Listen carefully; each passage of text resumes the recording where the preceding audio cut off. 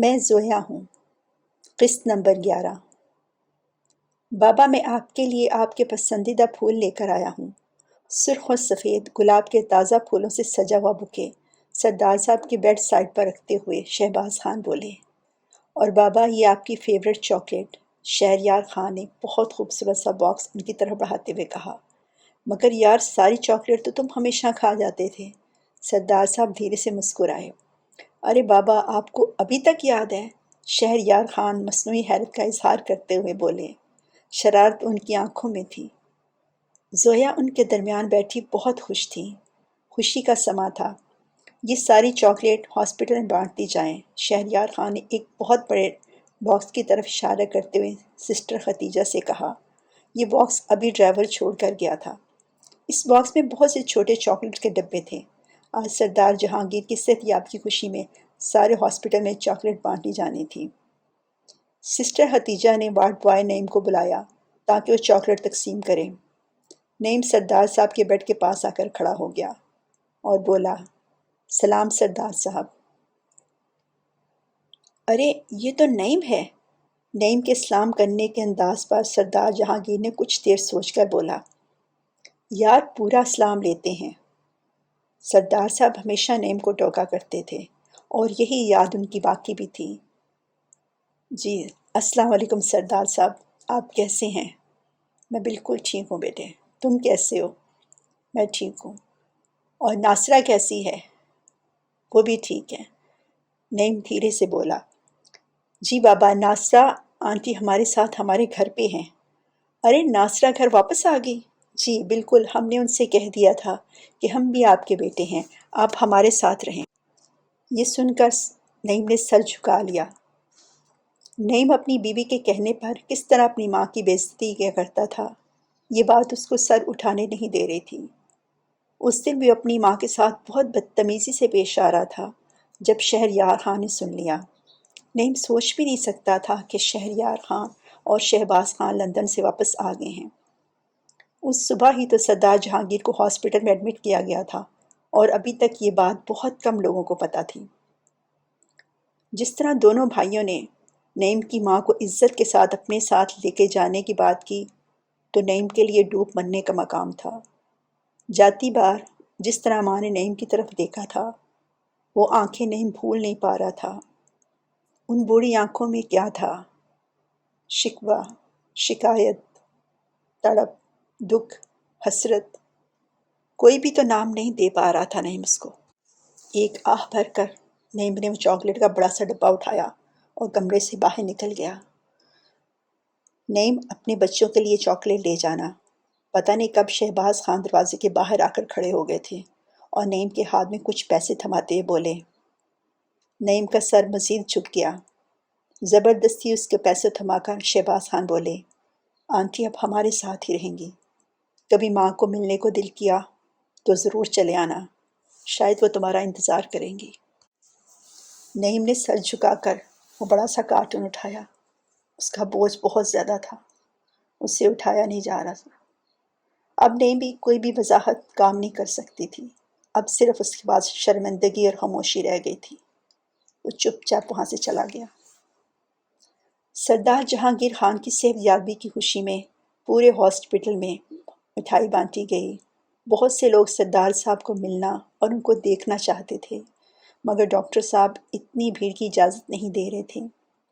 اب سردار صاحب کو کچھ دیر آرام کرنے دیں۔ سسٹر ختیجہ نے ہاسپٹل کی طرف لے جانے والا ہلکا پھلکا سا ناشتہ کروانے کے بعد سردار صاحب کو ایک دوائی دیتے ہوئے کہا، بالکل بابا، اب آپ آرام کریں، ہم آپ کے گھر جانے کی تیاری کرتے ہیں۔ شہباز خان نے اپنے باپ کا ہاتھ پکڑتے ہوئے کہا، ٹھیک ہے بھائی، میں یہاں رہوں گا بابا کے پاس۔ شہریار خان جانے کے لیے تیار ہی نہیں تھا۔ ویسے شہباز خان اور شہریار خان، تم دونوں کی ڈریسنگ تو بہت زبردست ہے۔ سردار جہانگیر خان کو دونوں بیٹوں کو اپنے سامنے دیکھ کر مسکراتے ہوئے بولے، دیکھا، مجھے پتا تھا میں بھائی سے زیادہ اسمارٹ لگ رہا ہوں۔ شہریار کے اندر سے چھوٹا بھائی بولا۔ شہباز خان کے چہرے پر ان کی کھوئی ہوئی خوبصورت مسکراہٹ پھیل گئی۔ آپ تو ہمارے شہزادے ہو۔ شہباز خان کے منہ سے بے ساختہ اپنی ماں کے الفاظ نکل گئے۔ کمرے کی فضا یکدم بوجھل ہو گئی۔ شہباز بیٹے، کیا میں آ جاؤں؟ ساتھ والے بیڈ پر بیٹھے ہوئے صادق صاحب نے تھوڑا سا پردہ ہلا کر پوچھا۔ کون ہے؟ سردار جہانگیر خان کی آنکھوں نے اپنے بیٹوں سے سوال پوچھا۔ بابا اب دیکھیے آپ سے ملنے کون آیا ہے۔ صادق صاحب آہستہ سے اپنے بیڈ سے اٹھے اور کھڑے ہو گئے۔ آہستہ سے درمیانی پردہ ہٹایا۔ آئیے انکل، شہباز خان نے بہت احترام سے ان کو راستہ دیتے ہوئے کہا۔ صادق حسین سردار جہانگیر کے سامنے آ کر کھڑے ہو گئے۔ صادق حسین پہلے سے کافی کمزور ہو گئے تھے۔ سردار جہانگیر خان نے ان کو دیکھا۔ ایک پل کو آنکھوں نے یادداشت کو ٹٹولا۔ ارے صادق صاحب! سردار صاحب کی آواز فرط مسرت سے گونجی اور اب کی بات سردار صاحب کی آواز کچھ بلند ہو گئی تھی۔ سردار صاحب! صادق صاحب ان کے بیڈ کے قریب آ کر کھڑے ہو گئے۔ سردار جہانگیر کا ہاتھ تھاما، چوما اور آنکھوں کو لگا لیا۔ ایسا عظیم مالک کہاں ملتا ہے جو اپنے ملازموں کو دوستوں کی طرح عزیز رکھتا ہو۔ کبھی بھی صادق صاحب کو خیال تک نہ آیا تھا کہ وہ سردار صاحب کی اتنی بڑی فیکٹری میں ایک معمولی سے اکاؤنٹنٹ ہیں۔ صادق صاحب کی سیلری بہت اچھی تھی اور ان کی حیثیت سردار صاحب کے دوست جیسی تھی۔ سردار صاحب کی مہربانی اور حسن سلوک کو صادق صاحب بھلا نہیں پاتے تھے۔ ارے صادق، آپ کب سے چھپ کر بیٹھے ہوئے تھے؟ سردار جہانگیر خان نے صادق صاحب کو گلے لگا لیا۔ صادق صاحب کتنی دیر ان کے گلے لگے رہے۔ آنسوؤں نے شکرانے ادا کرنے شروع کر دیے۔ تھوڑی دیر بعد شہباز خان نے صادق صاحب کے چہرے پر ہاتھ رکھ کر ان کو تسلی دی کہ اب سردار صاحب ہمارے ساتھ ہیں۔ صادق صاحب بیڈ کے قریب رکھی ہوئی کرسی پر بیٹھ گئے۔ جہانگیر خان صاحب، آپ کیسے ہیں؟ صرف صادق صاحب ہی سردار جہانگیر کو اکثر جہانگیر خان صاحب کہا کرتے تھے، ورنہ فیکٹری میں زیادہ تر لوگ ان کو سردار صاحب ہی کہہ کر پکارتے تھے۔ صادق صاحب، اب تو لگتا ہے میں بالکل فٹ فاٹ ہوں اور بہت خوش ہوں۔ بیمار تو جیسے کبھی ہوا ہی نہیں تھا۔ سردار صاحب کے ہونٹوں پر زندگی سے بھرپور مسکراہٹ تھی۔ سامنے دو جوان فرمانبردار بیٹے اور قدرت کا انعام اتنی پیاری بیٹی۔ عزیز دوست صادق حسین، الحمدللہ میرے خدا، تیرا مجھ پر کتنا کرم ہے۔ رب العالمین، تو نے مجھے زندگی دی اور اپنوں سے ملا دیا۔ دل ہی دل سردار جہانگیر خان اپنے خدا کے شکرانے کرتے ہوئے نہ تھک رہے تھے۔ یہ صرف اللہ کا کرم ہے۔ صادق صاحب، آپ کچھ کمزور ہو گئے ہیں، سردار صاحب نے دوستانہ نظروں سے ان کو دیکھ کر کہا۔ اکیلا رہ گیا تھا نا۔ صادق صاحب کی آواز میں بہت افسردگی تھی۔ اب آپ آگے ہیں، دونوں مل کر خوب جئیں گے، خوب زندگی کے مزے کریں گے، خوب کھائیں گے، اور شطرنج تو مدت ہوئی میں نے کھیلی نہیں، آپ کا ساتھ ہوگا تو پھر سے کھیلیں گے۔ بالکل صادق صاحب، خدا نے زندگی عطا کی ہے، اس کا شکرانہ بھی ادا کریں گے اور اس زندگی کو بہت اچھے طریقے سے گزاریں گے۔ یہ بھی خدا کا شکرانہ ہے نا۔ یہ وقت صرف اور صرف خدا کے کرم سے زندگی میں واپس آیا تھا۔ وہاں جتنی مدت خدا نے چاہا سب سے جدا رہے، اس میں بھی خدا کی کوئی بہتری ہوگی۔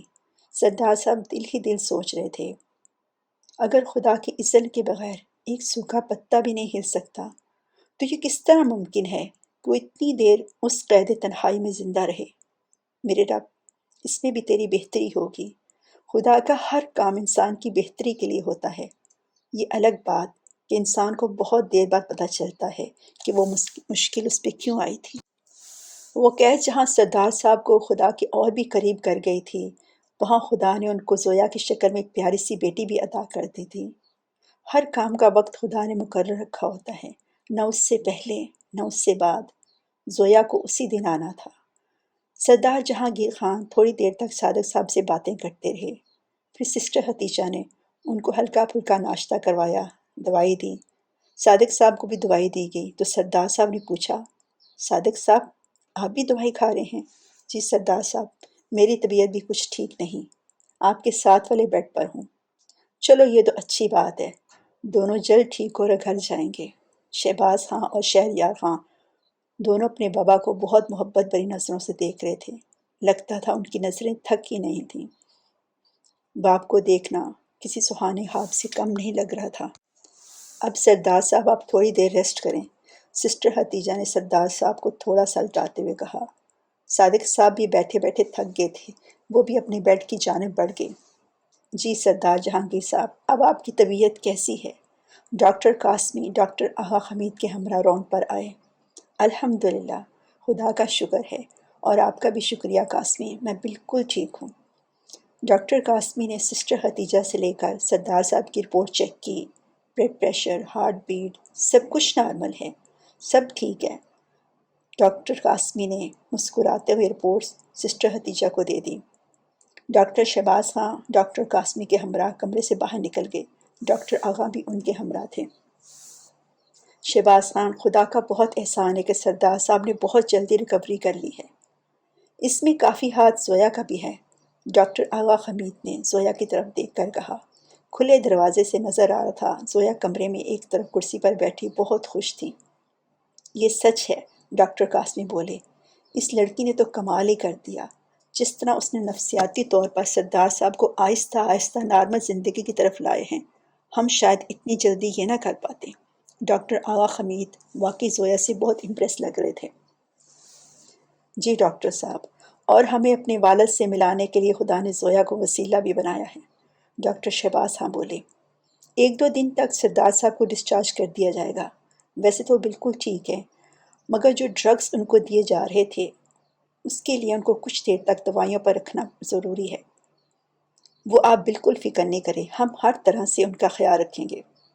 بھائی آپ تو دونوں خود بہت بڑے ڈاکٹر ہو، ڈاکٹر قاسمی کا لہجہ بہت تعریفی تھا، مگر ہم نے دیکھا کہ آپ نے بہت زبردست طریقے سے بابا کا علاج کیا ہے۔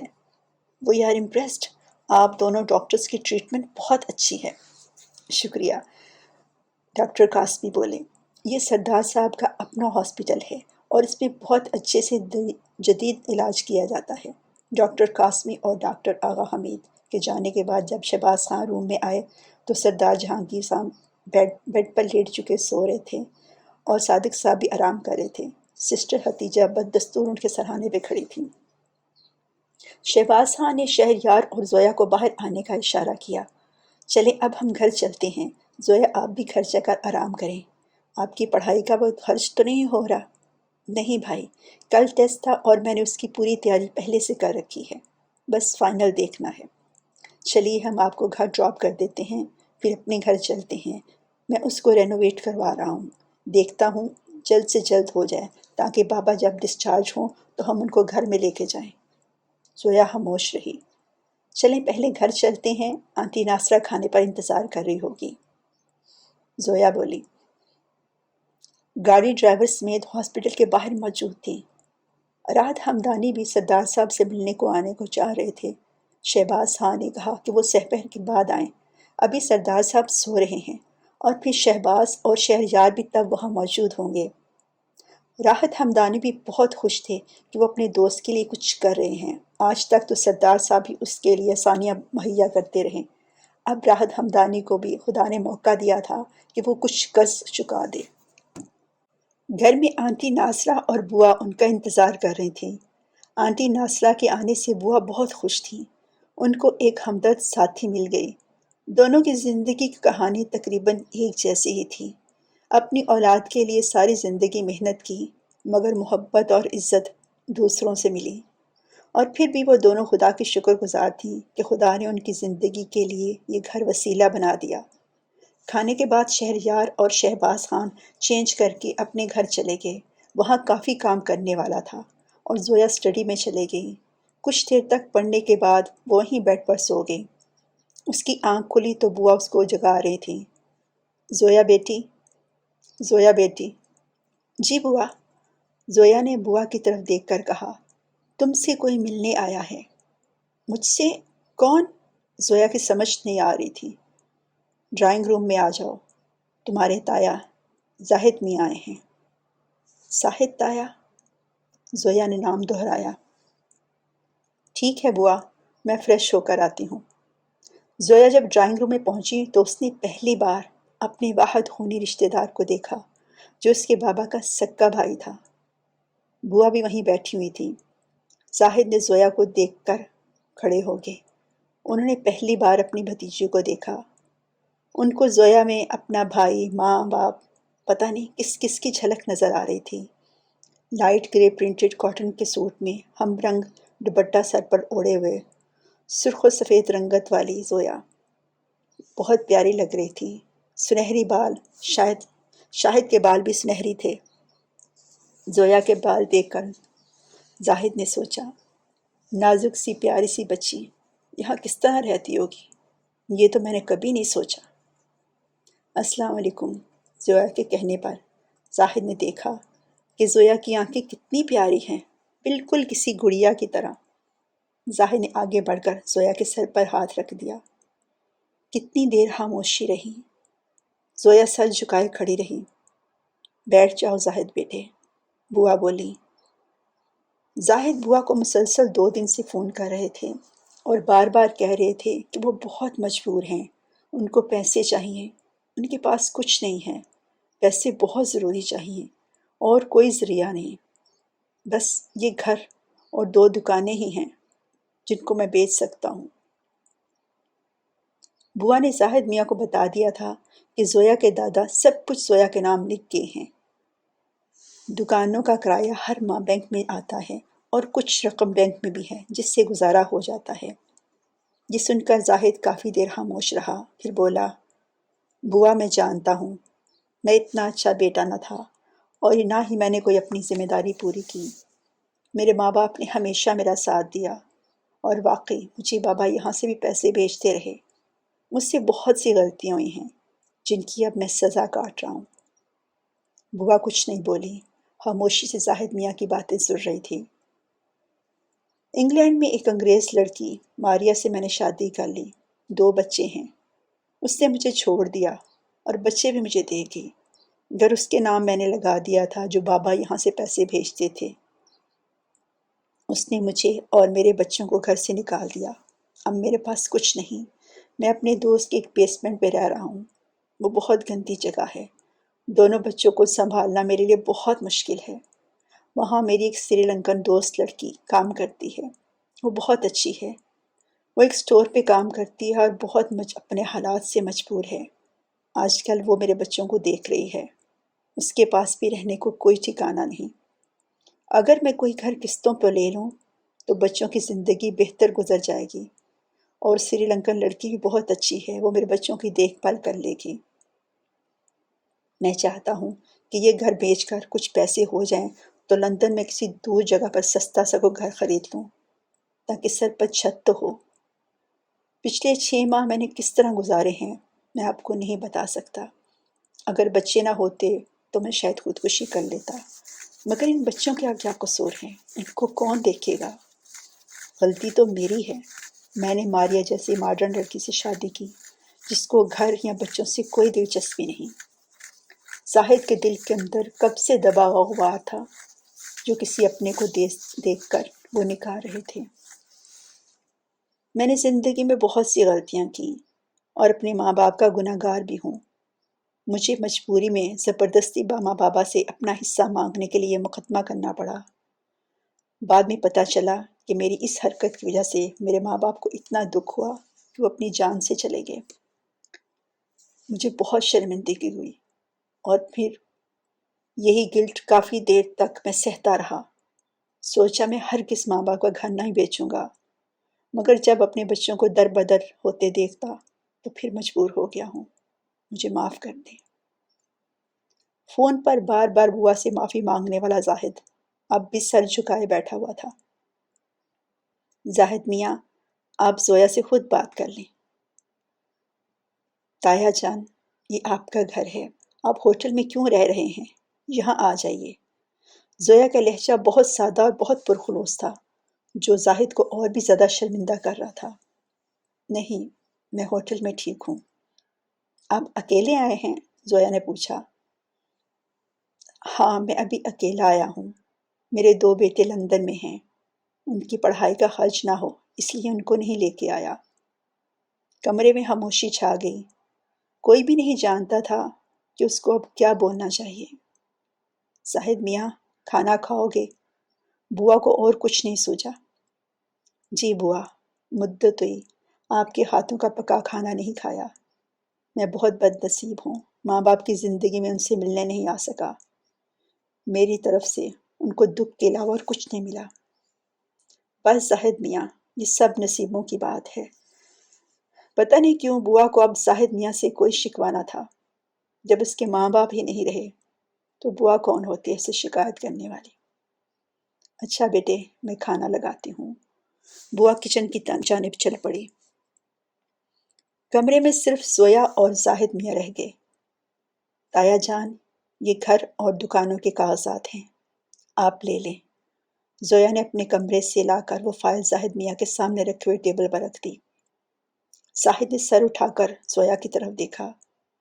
کیا اب بھی میں اتنا خود غرض ہوں کہ اس یتیم تنہا بچی سے اس کا چھت چھین کر اپنے بچوں کے لیے سائبان بناؤں؟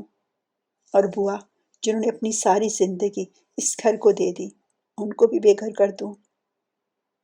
لندن سے تو زاہد میاں بہت ہمت کر کے پاکستان آ گئے تھے، مگر گھر آنے کی جرت نہیں کر پا رہے تھے۔ اپنی اولاد کو در بدر ٹھوکریں کھاتے دیکھ کر خود غرض باپ بن گئے تھے، مگر پاکستان میں بھی ان کے خونی اور اخلاقی رشتے ایسے تھے کہ ان کے سامنے وہ اپنے آپ کو بے بس محسوس کر رہے تھے۔ نہیں زویا، یہ گھر، یہ سب کچھ آپ کا ہے، میں نہیں لے سکتا۔ زاہد میاں کا سر ابھی تک جھکا ہوا تھا۔ یقیناً بوا نے بات بتا دی ہوگی اور زویا کو سب معلوم ہو گیا ہوگا۔ یہ ایک اور شرمندگی۔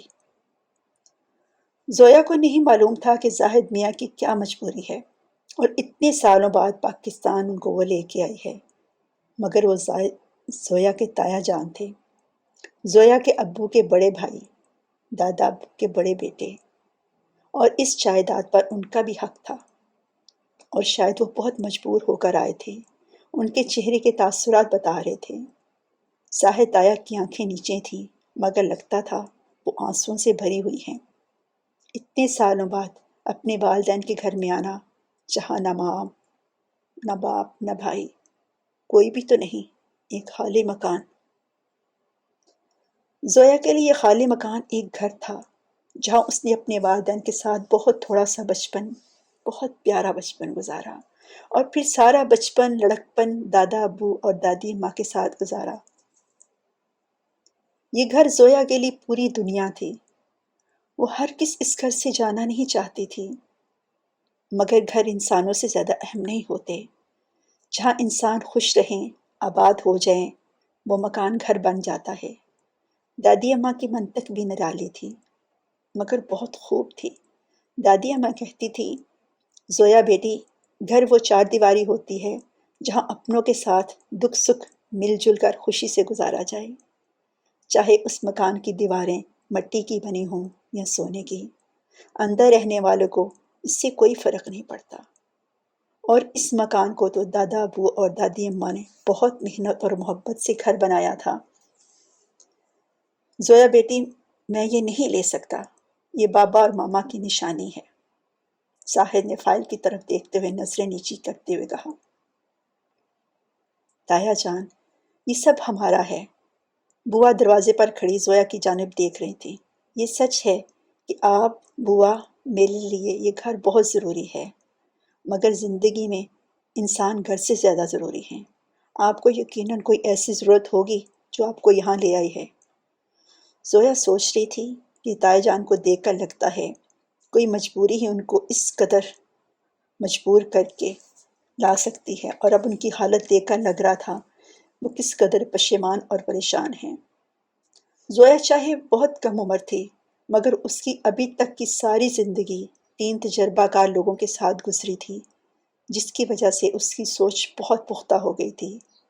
دادا ابو کہتے تھے، کوئی بھی مسئلہ آ جائے تو اس کو فوری حل نہیں کرو، پہلے سوچو کہ یہ مسئلہ کس طرح پیدا ہوا ہے، اس کے 4-5 طریقے سوچو، پھر ان تمام باتوں کا اچھی طرح جائزہ لو جس کی وجہ سے مسئلہ پیدا ہوا ہے۔ جو بات سب سے موزوں لگے اس پر غور کرو، اور پھر اس مسئلے کا حل سوچو۔ مسئلے کے حل کے لیے بھی 4-5 طریقے نکالو، اور پھر جو سب سے موزوں لگے اسی کو استعمال کرو۔ بس زویا بیٹی، کچھ پریشانی ہو گئی تھی، اس لیے میں یہاں چلا آیا۔ کوئی بات نہیں، میں اس کا کوئی نہ کوئی حل نکال لوں گا، زاہد میاں بولے، مگر میں یہ نہیں لے سکتا۔ زاہد میاں اپنے اس اکلوتے رشتے کے سامنے اپنے آپ کو بہت بے بس محسوس کر رہے تھے۔ تایا جان، آپ یہ سب لے لیں، میں اور بوا کسی چھوٹے گھر میں شفٹ ہو جائیں گے، آپ بالکل پریشان نہیں ہو۔ زویا کی آواز بہت پختہ لگ رہی تھی۔ زاہد اور بوا دونوں زویا کی طرف دیکھ رہے تھے۔ بوا ان دونوں کے پاس آ کر بیٹھ گئی۔ زاہد کا بھی کچھ فرض بنتا تھا، مگر وہ کیا کرے، وہ بہت پریشان تھا۔ زاہد میاں، آپ پریشان نہیں ہو، آپ سوچ لیں آپ کو اس کی ضرورت ہے اور آپ کی مجبوری بھی ہے۔ آپ کے بچے چھوٹے ہیں، ان کی بہتر زندگی کے لیے آپ کو کوئی نہ کوئی تو فیصلہ کرنا پڑے گا۔ بوا کی آواز بہت صاف اور بہت پرخلوص تھی۔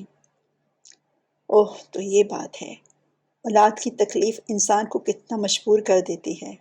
اتنی دیر زاہد تایا پاکستان والدین سے ملنے نہیں آئے، مگر اولاد کے لیے کتنے بے بس اور مجبور ہو گئے کہ بھولے ہوئے رشتے ان کو یاد آ گئے۔ زاہد تایا، آپ بھی تو کسی کی اولاد تھے، وہ آپ کے لیے کتنا تڑپتے تھے اور آپ کو احساس تک نہ تھا۔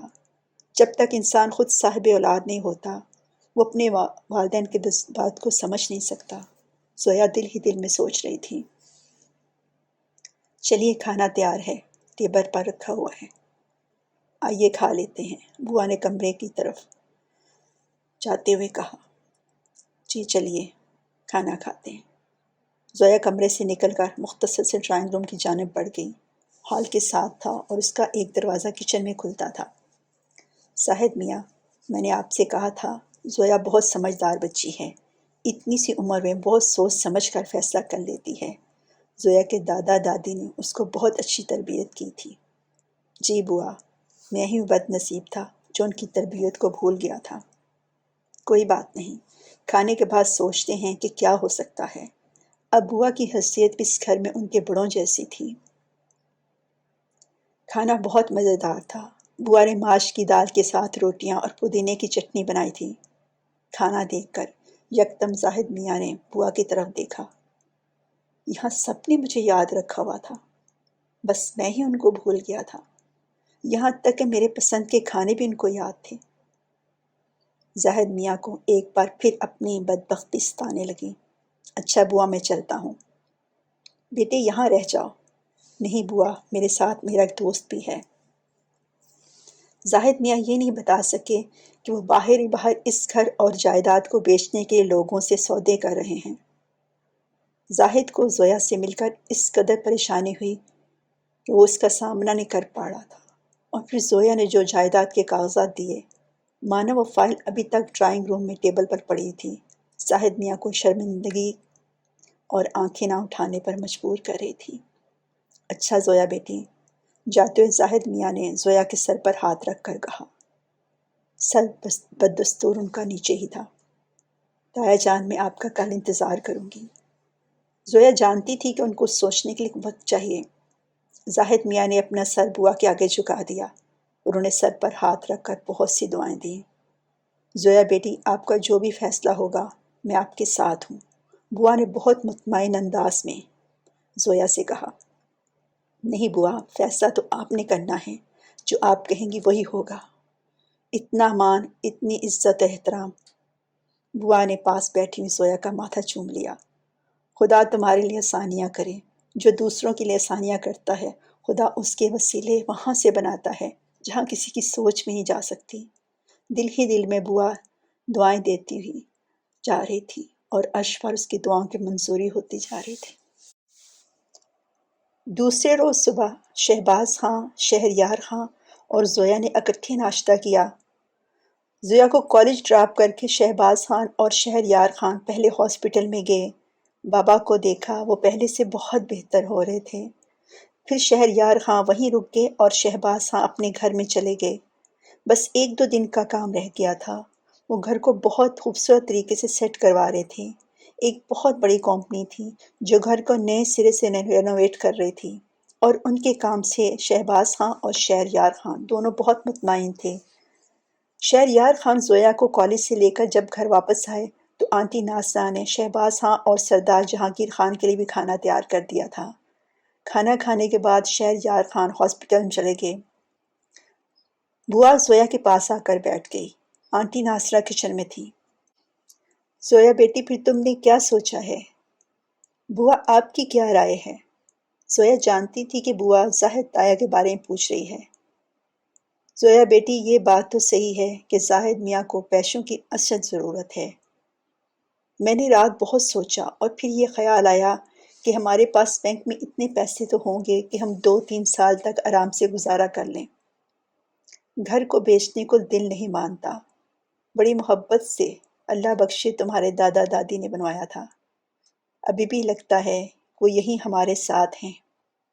بوا کی آنکھوں میں آنسو تھے۔ زویا خاموش رہی۔ جی بوا، گھر کے علاوہ اگر وہ 2 دکانیں ہم زاہد تایا کو دے دیں تو ان کو کافی اچھے پیسے مل جائیں گے۔ وہ بڑی مارکیٹ میں ہیں اور بہت اچھی جگہ پر ہیں۔ اگر اتنے پیسوں سے ان کا کام ہو جائے تو ٹھیک ہے، ورنہ پھر یہ گھر بیچ کر ہم کوئی چھوٹا سا گھر لے لیں گے اور یہ پیسے بھی زاہد تایا کو دے دیں گے۔ تو بیٹی گھر کا خرچہ کس طرح کریں گے؟ اس کی آپ فکر نہیں کریں۔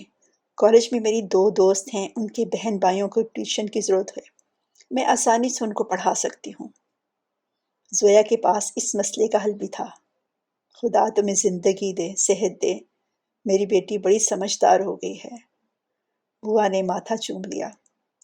بوا آپ بالکل پریشان نہیں ہو، یہ جائیداد گھر وغیرہ اسی لیے ہوتے ہیں کہ اگر زندگی میں کوئی پریشانی آ جائے تو یہ کام آئیں گے۔ پریشانی ختم ہونی چاہیے، زندگی نہیں۔ زویا بیٹی یہ اتنی بڑی بڑی باتیں تم نے کہاں سے سیکھی ہیں؟ سارا دن دادا ابو کے ساتھ یہی باتیں تو سیکھتی تھی۔ زویا کی آواز میں پتہ نہیں کیا تھا۔ بوا نے دیکھا زویا کی آنکھوں کے کونے نم تھے مگر مسکرا رہی تھی۔ وہ بہت حوصلے والی لڑکی تھی اور اس کو ہمت نہیں ہارنی تھی۔ اگر وہ ہمت ہار جاتی تو پھر بوا کیا کرتی؟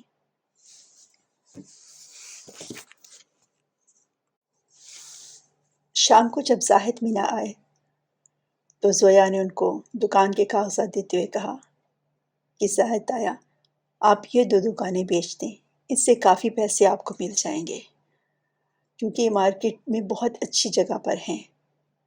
اگر پیسے کم ہوئے تو پھر اور سوچیں گے۔